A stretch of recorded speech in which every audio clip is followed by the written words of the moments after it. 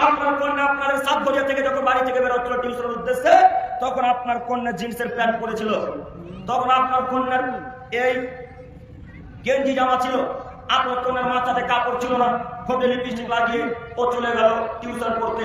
একটু রাস্তাতে যেতে যেতে যেতে চায়ের দোকানে কয়েকটা ছেলে দাঁড়িয়েছিল, ওই ছেলেগুলার আপনার কন্যাকে দেখে বাজে কমেন্ট করেছে, নোংরা ভাষায় কথা বলেছে, বাজে কমেন্ট করেছে। আপনার কন্যা দুটি কান্না করতে করতে করতে বাড়ি চলে এসেছে। আপনার দুই কন্যা কান্না করতে করতে যখন বাড়ি এসেছে, তখন আপনি আপনার কন্যাকে বলছেন, আম্মু কি হয়েছে, আম্মু কাঁদো কেন, কি হয়েছে তোমাদেরকে? তখন আপনার কন্যা কান্না করতে করতে বলছেন, আপু এইভাবে যাচ্ছিলাম, তখন একটা ছেলে আমাকে বাজে কমেন্ট করেছে, নোংরা ভাষায় কথা বলছে।